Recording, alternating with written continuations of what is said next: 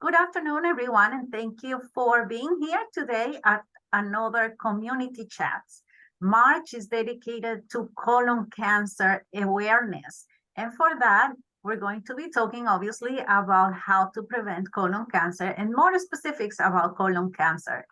And today, to do that, we have our guest speaker is Dr. Eric Tater from Brooklyn Gastroenterology, and he's an expert, of course, on these, having done thousands, if not millions, I don't know, you will correct me, Dr. Tater, of how many procedures you've done to help identify colon cancer. So he's definitely great at doing this. And, I'm very happy that you're sharing with us your expertise and talking to our community about this important topic.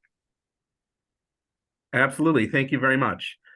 Yes, it is March, and it is Colon Cancer Awareness Month, and it is one of the major health issues that that we try to address in this country, and it is also one of the most effective screenings that are out there. Preventing colon cancer is very effective when we do the screening for it. And that's one of the reasons why it gets so much attention, because it does make a big difference in saving lives. So I have been here in Rockland County for about 18 years now, and I do a fair number of colonoscopies. You mentioned how many do I do? I probably would have to say maybe I've done over 20,000. That's probably around what the number is. I don't know for sure. It's not like I keep track. But we're going to talk right now about colon cancer screening. So are they able to see the slide here? Okay. So we're going to cover today what is colon cancer and what are polyps, who gets these polyps, how we look for and find the polyps, and we're going to talk in depth about the colonoscopy procedure. Okay. I will be showing some pictures, so if you're faint at heart, I'm just giving you a little warning about that. None of them are terrible, though, okay? All right, so colon cancer itself is basically, as with any cancer, it's out of control growth of cells. And these cells are cells that come from the colon. As this growth of cells gets bigger and bigger, it can cause a blockage of the colon. I mean, the colon is a hollow tube. And if you get a big growth there, it could cause an obstruction or a blockage. And that could lead to things like your belly getting distended, vomiting, stuff like that. Another thing that can occur in patients that have colon cancer is that the tumor itself, the cancer, can bleed. Now, this may be a slow bleed that you might not even notice, in which case, over time, your blood count could go down and you could become anemic, which means a low blood count. Symptoms of anemia might include feeling very weak, being short of breath. So those could be a result of having colon cancer. Or you could see rectal bleeding. Sometimes people complain of rectal bleeding. They see blood in the stool. Now, there are other things that can bleed other than cancer, so you don't have to freak out necessarily if you see bleeding. It may be something else, like hemorrhoids or something like that. But nonetheless, that would be one of the things on the differential if you were seeing rectal bleeding. Another thing that can occur from colon cancer, unfortunately, is that it could cause a hole or eat through the lining of the colon, causing a hole. That's called a perforation. And if something like that happened, you would get a lot of pain in your abdomen, and you may get fevers, signs of an infection. Okay. And then lastly, colon cancer can end up spreading to other places in the body. Mostly it spreads to the liver. So it's possible, if you had advanced colon cancer, that you could turn jaundice, which is yellow from having liver lesions, or you could get pain around the site of the liver, or your liver could be swollen. So these are the kinds of things that could occur if you had cancer. This is what cancer looks like. On the left here, we have a normal looking colon. And then on the right side, you see that there's a growth of cells here that's abnormal, and that's a near obstructing colon cancer, what it looks like. okay? If you were to try to determine something from a radiology, in the past, we used to use barium enemas. This is before they had CAT scans, and it would show something that looks like an apple core.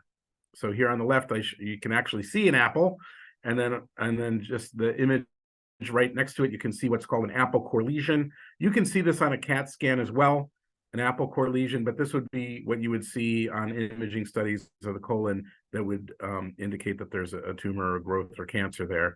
And then the other X-ray that you see here on the right side shows these brown, darker circular lesions. These would be liver metastasis or liver lesions from the spread of cancer. So those would be some of the X-ray type findings you might see. Now, obviously, we talked about symptoms. Just to reiterate, the alarm symptoms, we call them alarm symptoms, as I mentioned before, is blood in the stool, feeling weak, tired from anemia, having abdominal pain, and maybe having changes in bowel habits, like a constipation, especially if there's a blockage down very low in the colon. You may feel like you're not evacuating properly. So these would all be things that we would look at and say, oh, maybe we got to, be careful here and work this up and make sure that we're not missing anything.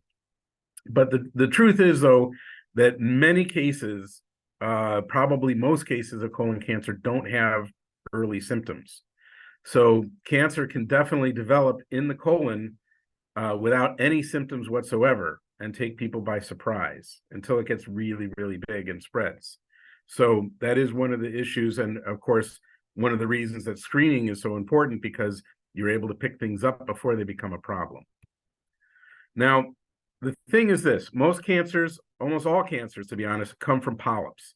And I don't know if you can see the little arrow I have here, but this is a polyp right here. It's the pinkish thing. That little white thing above it is just light reflecting off the lining from the scope.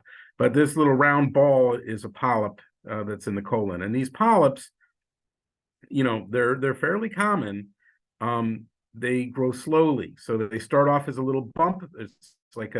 It's where the cells in the lining of the colon fail to slough off and fall off, because normally there's turnover. These cells that line the colon are falling off and new ones are replacing them from underneath, just like your skin sloughs off and is always being regenerated from below. But for whatever reason, some of these cells start to adhere and they don't fall off properly. And when that happens, they grow slowly. So they get bigger, bigger, bigger. And then eventually at some point, it turns into a large polyp. And then this white stuff that you see in here is potentially now cancer growing inside the polyp, and then it becomes invasive.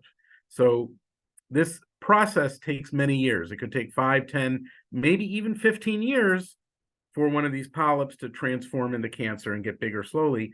So there's this nice window of opportunity to go in there and remove polyps, okay? Most of these mutations that occur are random. They're sporadic. It's just due to bad luck. Only 10% of colon cancers come from a genetic link in the family. So 90% of colon cancers are just random bad luck, okay? There is about 150,000 cases of colon cancer diagnosed every year in the US. So that's a pretty large number. I mean, 150,000 people every year in this country, and there's about 50,000 deaths per year. Now, one of the reasons that there's a lot lower number of deaths is because you can resect cancer if it's caught early and cut it out surgically. You can give chemotherapy. It's mostly advanced cancers that are hard to treat. So if you catch something early enough, you have a reasonably good chance of making it through, okay? If you look at this from an average person's perspective, there's about a 6% chance of getting colon cancer for an average person off the street. So 6 out of 100 people get colon cancer, 94 out of 100 never get colon cancer in their lives. But that's the risk that you just take. That's the statistical risk, okay? Now, this risk can be different depending on your behaviors and the population that you're in. So it turns out, and I'm not going to dwell on this too much, but this blue line that you see going up represents age groups and then the incidence of colon cancer. And you can see that it starts going up much more quickly around age 50 for the blue line. Okay, and then it goes up pretty steadily. This is why we used to start screening for colon polyps at age 50, because we thought that was the inflection point where people would start getting more cancer. Turns out, though, that African Americans, they found the point where they start getting more cancer is even earlier. So we've moved the screening age from 50 down to 45, so we can pick up more of these people. We were missing a certain percentage of people by waiting till age 50. So this is one of the reasons why we moved it down to 45 last year. So other things that can increase your risk of colon cancer, well, unfortunately, being male does increase your risk a little bit, but only slightly. Women get colon cancer as well. It's just slightly increased risk in males. As I mentioned on that other slide, African Americans are slightly at increased risk. If you have a low fiber diet, which unfortunately we do here in the US quite a bit, that puts you at slightly increased risk. So eating high fiber foods will lower your risk of colon cancer. Also, processed foods will increase your risk. Smoking, people who smoke have a 25% more risk of getting colon cancer, and people who drink have a 16% more risk of getting colon cancer than people that don't drink. And then lastly, to round it off, we have diabetes, obesity, red meat intake, and to be honest, actually removing your gallbladder slightly increases your risk of getting colon cancer, probably due to the fact that you release bile slowly all day long if you have your gallbladder out. But nonetheless, these are very small increases, but these are things that will increase your risk. Okay. Things that lower your risk. It's been well documented that aspirin use does lower your risk of colon cancer. And people who have genetic syndromes, maybe that's worth taking aspirin for. Okay. However, in the general population, there are risks to taking aspirin. You can get stomach ulcers and other problems. So, and it may affect your kidneys too. So it's not necessarily recommended that everyone take aspirin, because there are negative things that can happen from aspirin as well. But it is shown that aspirin will prevent colon cancer slightly. B vitamins are useful and helpful. Taking extra fiber in your diet will lower your risk. Taking extra calcium in your diet will lower your risk if you're worried about colon cancer, as well as making sure your vitamin D levels are okay. This is especially important here because we have long winters with the sun low in the sky. We don't get a lot of vitamin D. It seems to me that every time I see somebody having their vitamin D measured, it's always low for whatever reason. And fish oil is very useful as well. Okay. All right. Fish oil kind of works like aspirin does, actually. It lowers inflammation around the body, and it has a lot of good health benefits. And then I have to throw this in because it is true that garlic will lower your risk of colon cancer. There are several studies that show that as well. Okay. All right. So the main way to prevent colon cancer, though, because diet can only go so far, is to screen for these polyps, to look for these polyps and to remove them, because that's really the main way you're going to prevent people from getting colon cancer. It turns out that 1 out of every 4 people at age 50 have colon polyps. I think I actually have a slide on this, but we do start at age 45 now. Okay. Here we go. I actually have this on the slide. So at age 50, 20 to 25% of people actually have a polyp inside of them. Not cancer, but a polyp.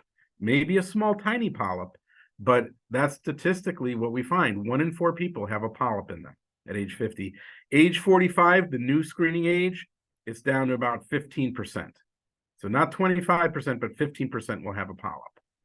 All right. So if you get a colonoscopy at age 45, you have a 15% chance that we will find and remove a polyp. There are some different types of polyps out there, some of which are not precancerous. This one on top here that says hyperplastic, the line goes to, that is technically actually not a precancerous polyp, and has no cancer transformation potential. But other ones include serrated adenomas, which are precancerous. They're rather sneaky because they're usually flat and hard to see. This image here shows that when you add blue dye, you can see the polyp much more clearly than without it.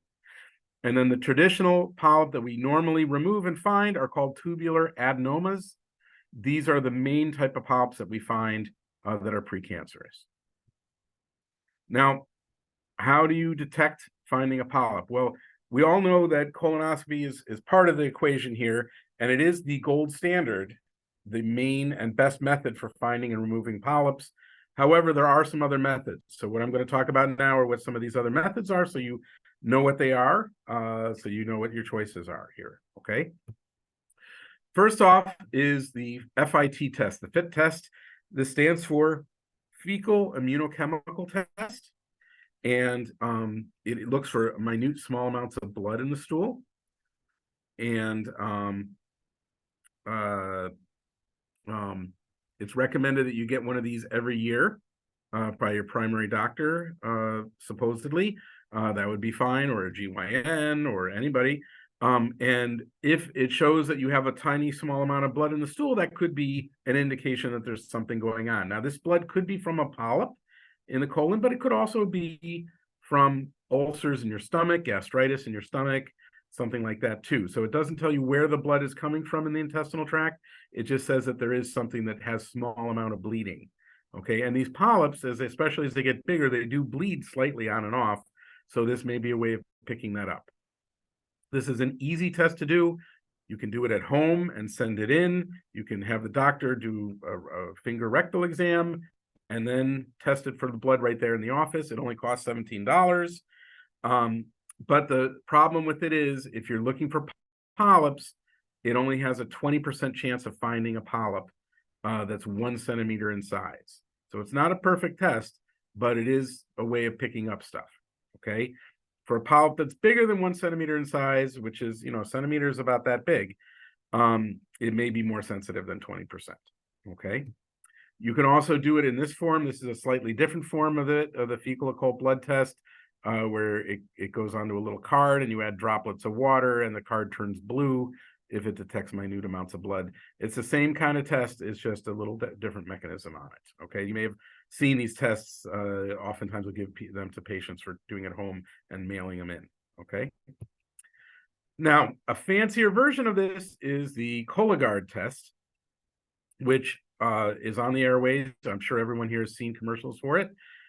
This is a fancier form of it. It is more sensitive than the regular FIT test. It does cost a lot more, though. It costs $500 for a Cologuard test, whereas the other one costs $17. And there are a few limitations, so I do have to go through this with you. It is an acceptable screening test, but it's not perfect. Okay. It does say on their website, this test should be interpreted with some caution. If it's positive, it doesn't mean that there's cancer there. So if you do get a Cologuard that comes back positive, don't freak out. It could be positive because you have some gastritis in your stomach that's bleeding a little bit, and it's picking up the blood from that, or maybe hemorrhoids that are bleeding. So if you have a positive test, a lot of times I get patients in the office with positive tests, and I don't find anything when I do the colonoscopy, okay? It should also be interpreted with some caution, because if it's negative and the test comes back not showing anything, you could still have cancer or polyps in there, okay? And that's because the sensitivity of the test, there's some limitations, all right? If you look at the New England Journal of Medicine article on this test, and I'm not going to go into it in detail, the data is right here. The sensitivity of finding things of cancer is 92%. That's the top arrow. That means it has a 92% chance of finding cancer if you have cancer already. The chance of finding a large polyp is only 42%, and a small polyp is only 17%. So I'm not going to overwhelm you with the chart, but I am going to put it in form like this. If you have cancer, and here's cancer on this picture here, Cologuard is 92% chance of finding it. Not 100%, 92%. Okay. If you have a medium-sized polyp like this, which is about 1.5 centimeters maybe, Cologuard has about a 42% chance of finding it. Not even 50, 42%. And if you have a very small polyp like this, it has a 17% chance. So there are some limitations to the test, so I have to make sure you are aware of that, okay? So it's only good for finding cancer or large polyps. It's not effective for finding and removing small, tiny polyps, but these small polyps may be many years away from becoming cancer. Okay. It is recommended to do Cologuard every 3 years. That's in part because of the limitation in the size that it can detect. Now, another screening form that's out there, believe it or not, and it's not used very often, but it is out there, is CT colonography. This is actually a fancy high-tech CT scan, which can create images of the colon, and so they can be looked at kind of like doing a virtual colonoscopy, basically. Okay. You will hear places like the Princeton Longevity Center touting this technology. It is high-tech and fancy. It doesn't necessarily mean that it's better than a standard colonoscopy, but let's take a look at what it is. Okay, so here we have on the left side a virtual image created by the CAT scan and the machine, which you can kind of fly through. So the reader of this can actually telescope and fly through the colon, looking at this computer-generated 3D image that's generated from a standard CAT scan. All right, that does take time. It is labor-intensive to look through it. It does require a prep, but there are some benefits here. So the benefits are that you don't physically put a scope in your butt, sort of, okay? You do have to put a little tube in the bottom of the rectum to inflate air into the colon to distend the colon for the CAT scan. So you are actually having a tube put in, but just not all the way up, just into the rectum. And then they do inflate air, and you can get cramping pain from that. So you may have some discomfort. There's no sedation used in it. You still have to do a clean out for this. So you still have to do this unpleasant flush out system. And the polyp detection rate is 94% for a polyp bigger than 1 centimeter. However, if you have a flat polyp or a smaller polyp, it's not necessarily super accurate at finding those. Okay, you do get exposed to radiation from the CAT scan. So if you're getting a CT colonography frequently, that does increase your radiation exposure.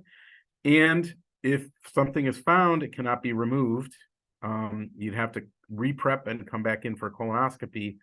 And since I mentioned before that 1 in 4 people at age 50 have a polyp, that means you have a 1 in 4 chance, if it finds something, that you're going to have to go through the whole process again for a colonoscopy. And lastly, there is a risk of perforation or tearing the lining of a colon by doing the CT colonography because they inflate your colon with air. So if they overinflate it, kind of like a balloon, it is possible to pop the balloon, basically. It's not common. I have seen it happen, though, a couple of times. So it is a risk, but it's a very low risk. And there are risks to doing the standard colonoscopy as well.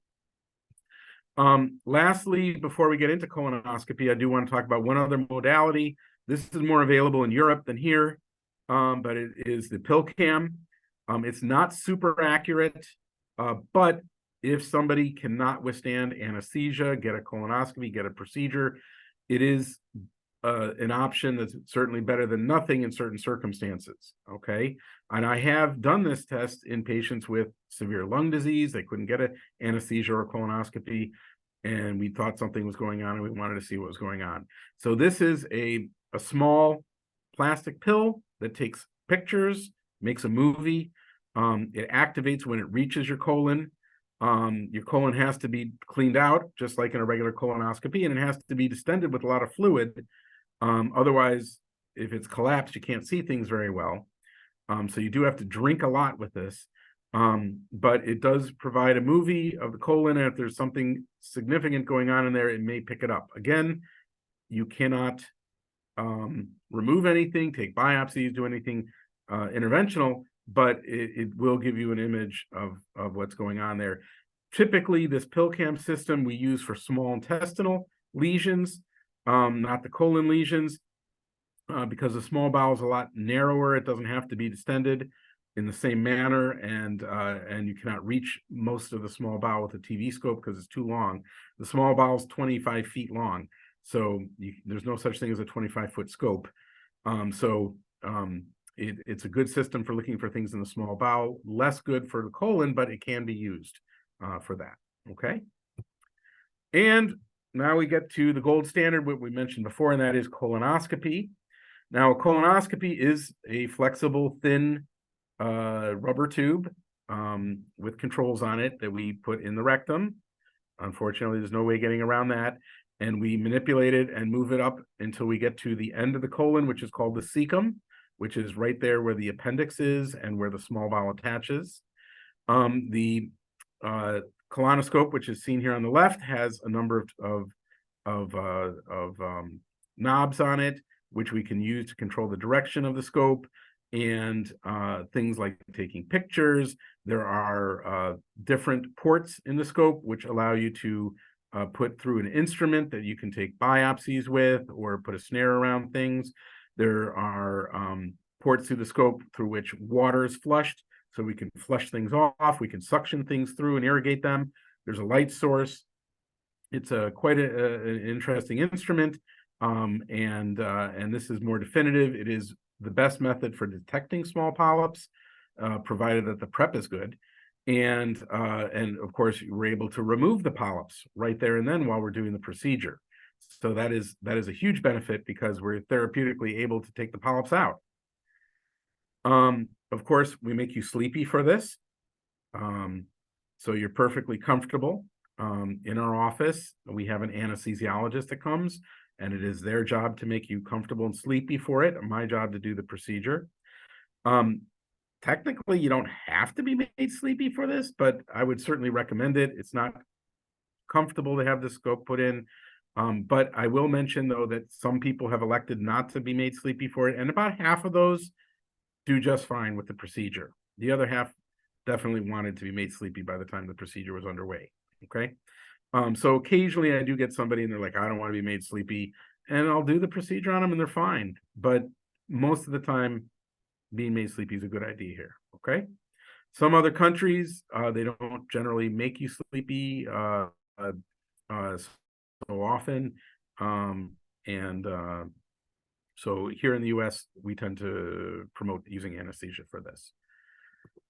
This is what some findings look like inside of a normal colon. If you look at the top left picture, this is what normal colon mucosa looks like. You can see there's some mild, wispy red lines. That's little blood vessels that feed the lining of the colon. On the top right here, you see little pockets or little pouches on the divots on the wall of the colon. There's some arrows pointing towards them. Those are diverticuli, which are little pouches that occur where there's a defect in the muscle wall. They mostly occur in older people, maybe in their 50s and 60s. They are fairly common. About 20% of people have them. If they ever get infected, that's called diverticulitis, which many of you may have heard of before. And that's usually treated with antibiotics. But that's the location where diverticulitis might occur. Just so you know, there is discussion on the internet about avoiding seeds and nuts if you have diverticuli, but there's actually no proof or evidence that that makes any difference. The thought was that nuts might get stuck in these, causing an infection, but there's no evidence whatsoever scientifically that that's true. So I generally don't tell people that they have to avoid seeds and nuts if they have these diverticuli. On the bottom left here is a little bit yellowish area here that's thickened. That is the ileocecal valve, which is where the small bowel attaches. This is at the very top of the colon here. That is normal. It's usually a little bit fatty. That's why it's yellow.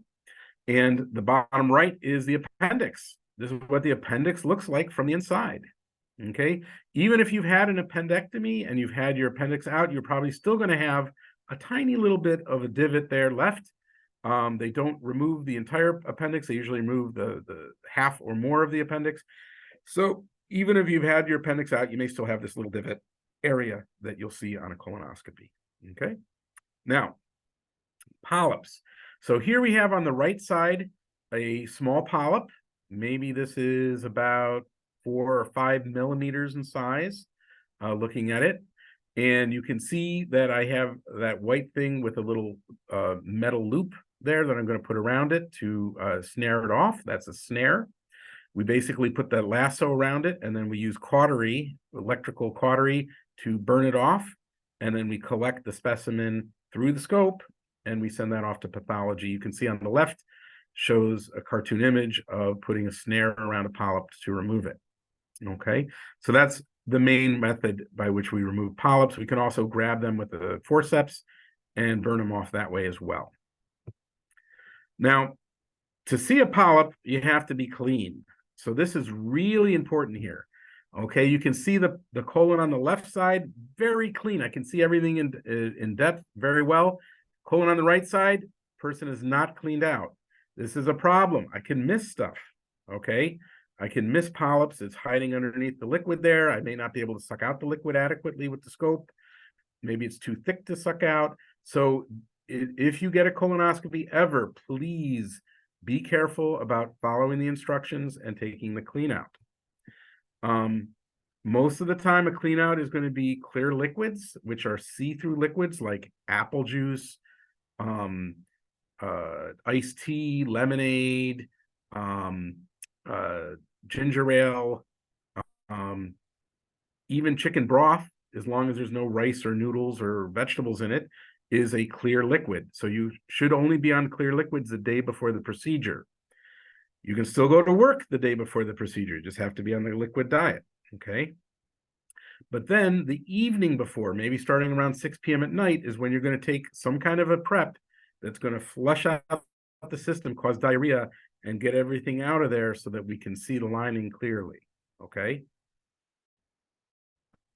Now, the standard one that usually we use in the past, and we still use quite a bit, is the Miralax and the Gatorade prep.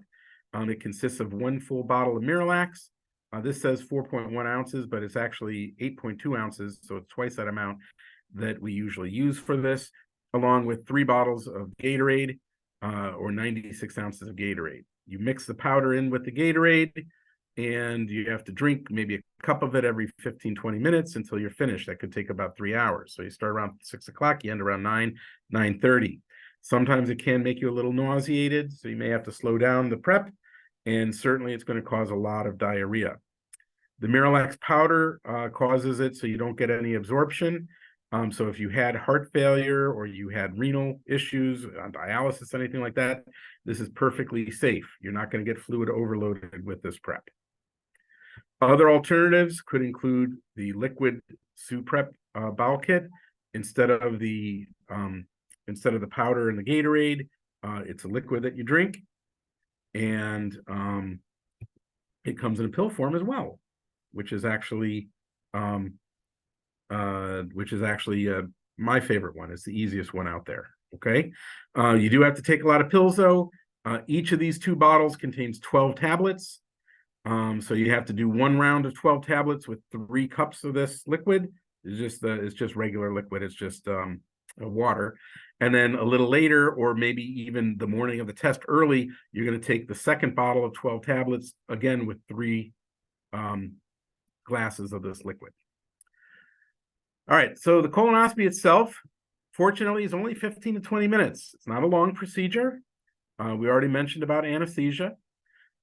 We do this in our office, or if you have a lot of health problems, we might do it at the hospital, just for the fact that they have some additional equipment there. And a lot of people get it done at surgery centers, ambulatory surgery centers called ASCs. These are kind of in between the office and the hospital. But we have all the same equipment in our office that they would have at an ASC. So it's pretty much equivalent. After the procedure, recovery takes about 15 to 20 minutes, maybe 10-15 minutes, and you wake up and you get dressed and you can walk right on out.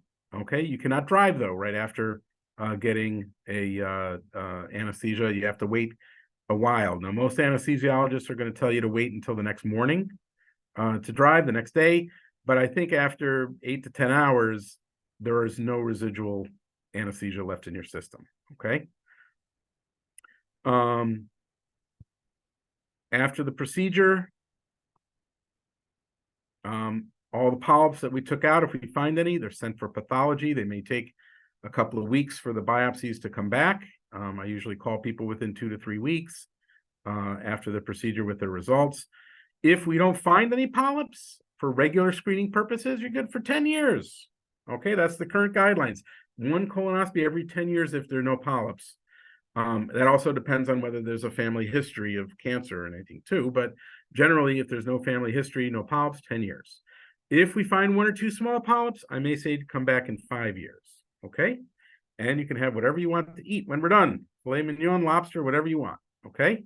So if you want to get a colonoscopy at any point or have any kind of screening, you are more than welcome to give us a call. I'm Dr. Tater. I work with Dr. Silver and Dr. Kornfeld. We're located in West Nyack. That's our contact information right there. And I will hand this over to Sandra, and we'll be happy to do any questions. Okay. Thank you, Dr. Tater. Very informative. Your presentation, really important that people know this. And it was very interesting to me to learn about the different ways that you can detect colon cancer. And yes, I do have a couple of questions. And at this time, I would like to encourage all of our attendees. If you'd like to ask any questions, please use the Q&A, use the chat. I'll be happy to read your questions loud to Dr. Tater. So in your presentation, you were saying that colon cancer is more predominant among African American. Is there a reason why? No, I don't know that it's it's probably genetic. It's just probably a genetic predisposition. I don't know that it's related to diet or anything else, or any other lifestyle choices, smoking or drinking or anything like that. I doubt it. I think it's probably all just genetic. And that's what the data seems to show. Yeah. In colon cancer, I was looking at some numbers and trying to compare colon cancer to breast cancer, because, breast cancer is popular in the sense that we see, breast cancer awareness everywhere. You go to supermarket and they have socks for breast cancer, things like that. Like it's very well known about all the things that we do for breast cancer research. However, when I was comparing to the colon cancer, I saw that there are double the cases, or about double the cases of breast cancer compared to colon cancer. But colon cancer is more deadly, like it has twice the amount of deaths. So Yeah. I was wondering, why is that? Why is it that we hear about breast cancer everywhere and we don't hear about colon cancer? Well, I mean, I think there's a couple of things. One is that detection. You're right. Prostate cancer and breast cancer are more common than colon cancer in the population. But for instance, prostate cancer occurs in people who are much older, and usually they die of something else and not the prostate cancer itself. Breast cancer is definitely much more common than colon cancer, and it's a huge issue. But I think maybe it's detected more frequently earlier on. I mean, inside the colon, it's a little more silent and can grow there without being noticed. So I think part of it is the detection rate is higher, and I guess the treatment for breast cancer, if it's detected early, is more successful. So I mean, I think it's maybe there's also, it's more culturally acceptable to get a mammogram, and all that kind of stuff. Yeah. And also maybe too, women are more compliant with screening than men. I mean, that's a big problem. If you look at the data, only 50% of people in the US are screened for colon cancer. Only 50%. So I don't know what the number is for women being screened for breast cancer. I don't know what that number is, but I bet you it's a lot higher than 50%. Well, yeah, and it's like for women, I feel like when you go to your physical, you're told, okay, you need a mammo, like once you get to that age, that's all you hear all the time, not so much about colon. And especially for men, I think that it's so hard to have men to even go to the doctor or have a physical. So Well, I have a lot I do get a lot of men that come in the office and say, I'm here because my wife is making me, or my doctor bugged me enough that I came in, so yeah, you're right. I mean, and that's one of the popularities of the Cologuard test is that people find that an easier option. The drawback, of course, that I mentioned is it's just not as sensitive of a test. Mhm. But it's certainly much better than not doing anything or not getting screened. So, I mean, if it's a gateway into screening somebody who wouldn't have been screened otherwise, then that's a great thing. If somebody doesn't have a preference and they're choosing that over colonoscopy, it's not as good of a test. So they have to make sure that they're aware of that. That's all. Mhm. You And know. Dr. Tater, please correct me if I'm wrong, but once you remove those polyps, they're sent to the lab every time, right? To see Yeah. if they're malignant.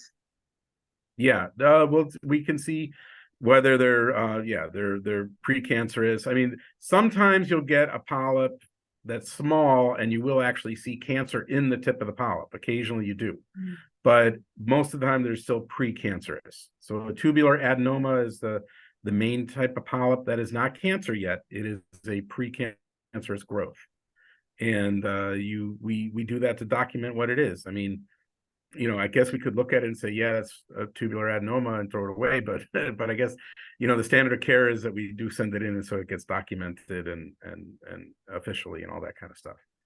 So now, for what I understand, there are different levels to cancer, right? Like from 0 to 4 or something like that. So would having polyps be considered like 0 or maybe even before 0? Like, I think it would be before 0 or maybe T0. There are stages, T1, 2, 3, 4.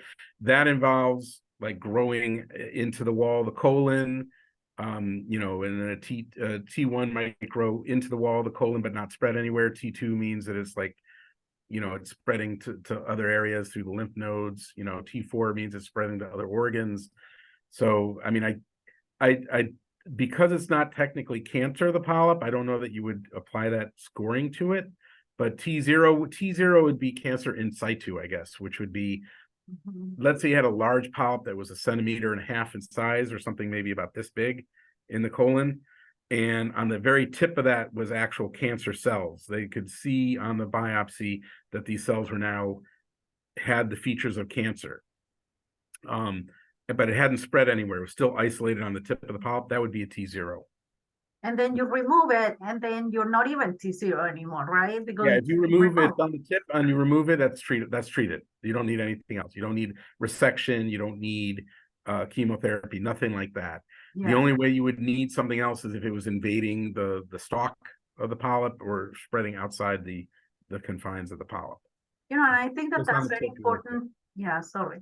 I think that that's very important for our attendees to know, like how important is to have a colonoscopy, because you're going to have the colonoscopy, and if you find something, you're going to remove it right there. So you're basically coming in, and even if you have something, you're walking out healthy already, like, and without any risk of having colon cancer after that. It might come back, I understand, but at least you have a chance for 5 years, right? To it was not going to come back from that spot because we pretty much eradicate it, but it does mean that you produce these polyps for whatever reason. Your body makes them, and we look for new ones. Now, anytime you do a colonoscopy, you could miss a polyp too.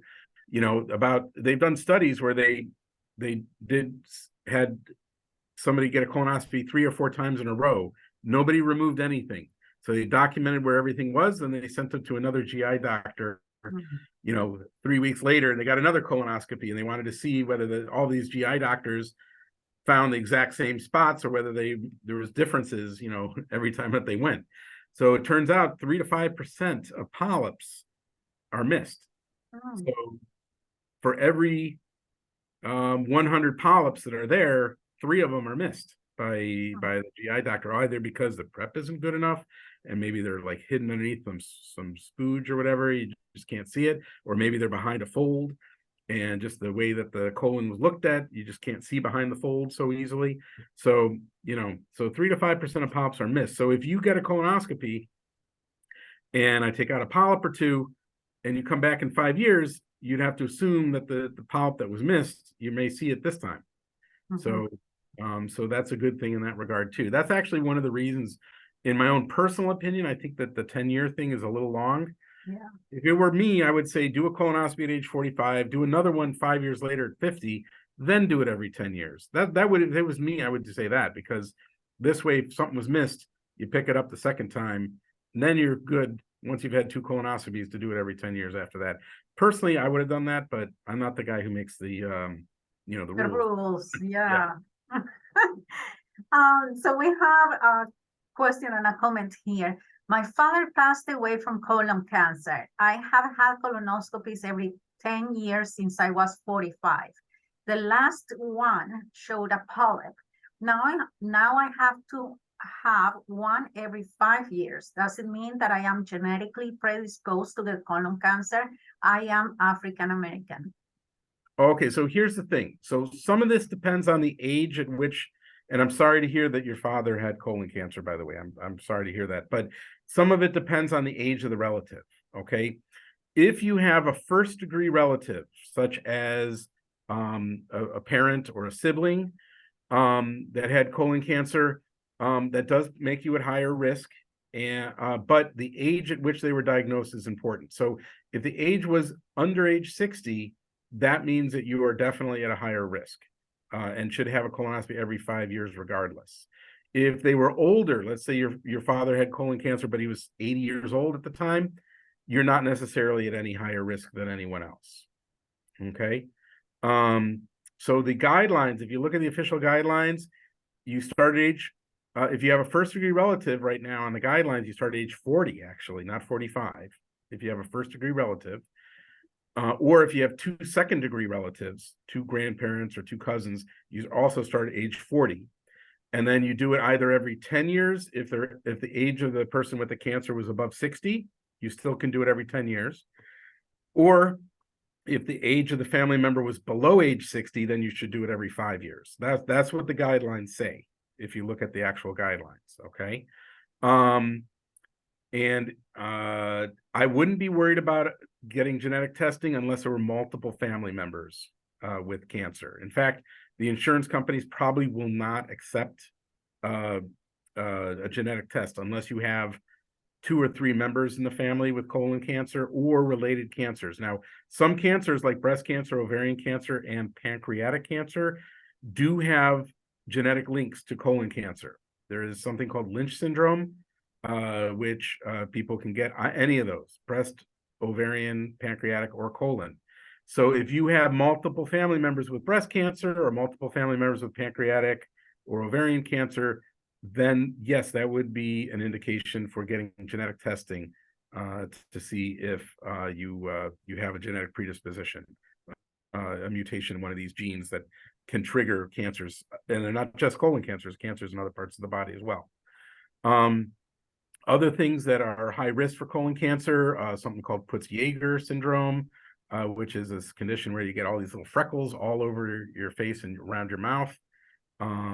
It's very distinct. It's not just a couple of freckles, it's a lot of freckles. And the BRCA gene with breast cancer, BRCA2 is associated with colon cancer, not BRCA1, but BRCA2. So if you know of a family member having BRCA positivity, then you should be screened more often as well for colon cancer. And should you start the screening at an earlier age, or is it still 45 the cutoff for that? Well, it's 40 or 10 years before that family member had colon cancer. So if your father had colon cancer at age 45, you'd start at 35. But if the colon cancer was age 55, you'd start at age 40 for screening if there's the family history. Okay, so this attendee father was 61. So you would start you would still start at age 40. And then you would do it if 61, technically, if you go by the guidelines, it's still every 10 years, unless we find polyps in you, which apparently they did. So at that point, then it becomes every 5 years. Okay. Sorry, go ahead. No, I don't know if that person had multiple family members or not, but you go ahead. Yeah. Are there any of these tests over the counter? I don't think so. I don't think you can do the stool for blood over the counter. And the Cologuard you requires a prescription from your doctor. That's because Cologuard, you're not actually supposed to give Cologuard if you're anemic. It's not really a test, it's a pure screening test. If you're, and it says it on the website, if you're anemic or you've seen blood in your stool, there's no indication to use Cologuard. At that point, you do a colonoscopy. You don't do the Cologuard anymore. And if you have a family history and you're high risk, or you've even had polyps in the past, also it says on the Cologuard that it's not indicated for that either. So if you look at the website, you'll see it says it's only for people that are low risk for colon cancer, who do not have polyps, do not have a family history, do not have another alarm symptom like anemia or seeing blood in the stool. So because of that, I think they've required that a doctor has to give a prescription for it rather than just making it an over-the-counter, thing, because I guess then everyone might start using it even though that it's not FDA approved for that indication. So now what can people that don't have health insurance do to get a screen? Well, the county of Rockland actually has a screening program. I don't know where they go to find information on it. Maybe I'm sure they could probably look it up online, Rockland County Colon Cancer Prevention Screening, but they send out those little cards to look for blood in the stool. And if any of them come back positive for blood, they will arrange for you to get a colonoscopy at no cost. Well, that would be great. But now what if you test positive and you need treatment? Well, first off, we participate in that program, and I have done colonoscopies on patients and found polyps, and we removed them, and that was all the treatment that they needed. There was one person, though, that I did see from that program who actually had cancer. I don't know what happened financially to them because that would have required surgery and chemotherapy and all that kind of stuff. I don't know what happened financially to that person afterwards, but for most of these cases, you find a polyp or two and you take it out and that's the end of it. Mm-hmm. Well, I just looked it up and it's called Cancer Services Program, and the phone number, I'm just gonna say it loud for everyone, is 855-277-4482. So I think that's very important information so that people, if you know someone who hasn't had a colonoscopy in a long time, and one of the reasons for that is because they don't have a health insurance, please encourage them to call this number and get an appointment Monday through Friday, 8:30 to 4:30, reading right from the screen, because it's very important that they do this and they help to prevent colon cancer, or at least, if they have something, you don't want to let it advance. And one more thing too, and that's if you do have health insurance, it is free to get a colonoscopy. It is the law that a screening colonoscopy you are not charged for if you have health insurance. So there's no copay or deductible for the procedure itself. Okay, so the colonoscopy and the anesthesia, it should be completely free for any insurance. That's according to Obamacare. An initial consultation you might have to pay a copay for, but the procedure itself is at no cost, according to the law. That's wonderful. So thank you so much, Dr. Tater. I know you and I can talk forever, but unfortunately we run out of time. And thank you to all of our attendees for being with us today. And I will see you next week. March is not only colorectal cancer awareness month, it's also nutrition month. So next week, we're going to have a pool of registered dietitians talking about their best tips for a healthy living. So you are all invited, and I hope to see you all next week at 12 p.m. Dr. Tater, thank you so much. Not a problem. Anytime, Sandra. Thank you. Okay, we'll talk soon. Take care, everyone. Bye-bye.